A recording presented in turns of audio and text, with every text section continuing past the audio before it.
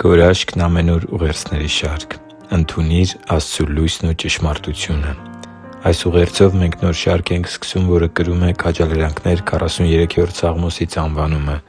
Զարմանալի է, սակայն այս հրաշալի Սաղմոսի 3-5 խոսքերում են պարփակված առաջիկա 7 ուղերձների թեմաները, և դրանք իրական գանձեր են, որոնցով ուզում եմ կիսվել քեզ հետ այս շարքի ուղերձների մեջ։ 43-րդ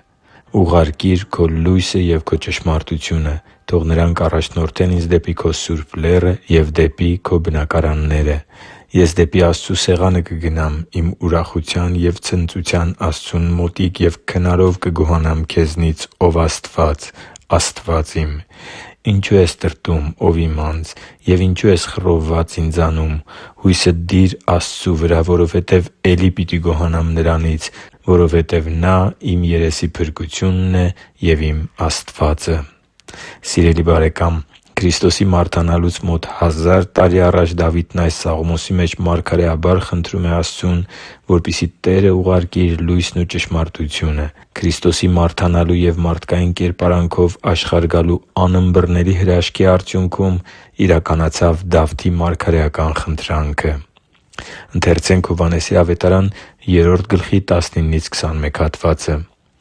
«Եվ ահա այս է դատաստանը.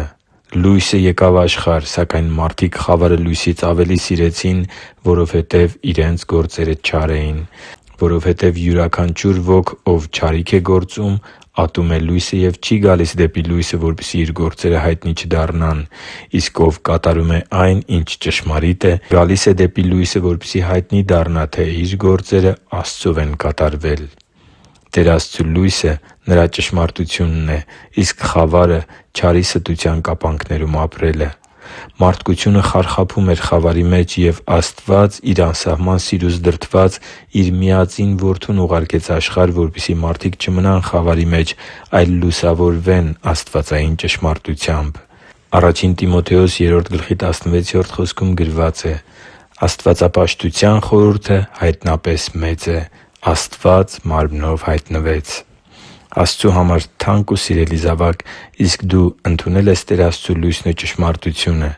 Տեր Հիսուսին շատերը մերժեցին՝ չհավատալով Նրա փոխանցած ուսուցումներին։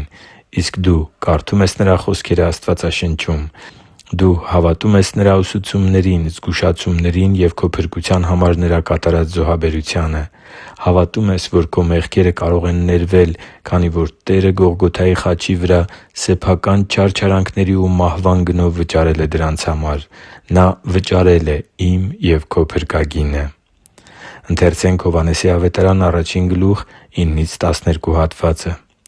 «Ճշմարիտ լույսն էր, որ լուսավորում է ամեն մարդու, որ աշխարհ է գալիս։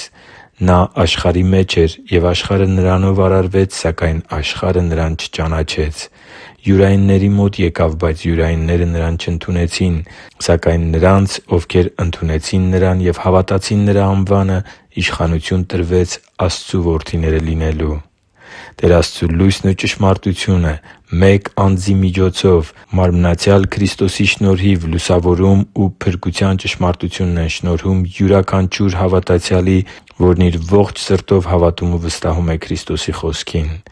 Դու ընդունե՞լ ես Նրան Նրա խոսքերի հանդեպ քո հնազանդության հավատքի շնորհիվ։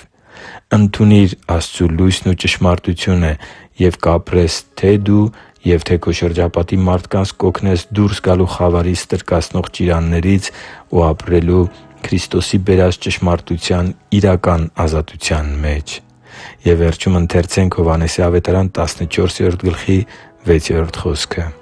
Հիսուսը նրան ասաց.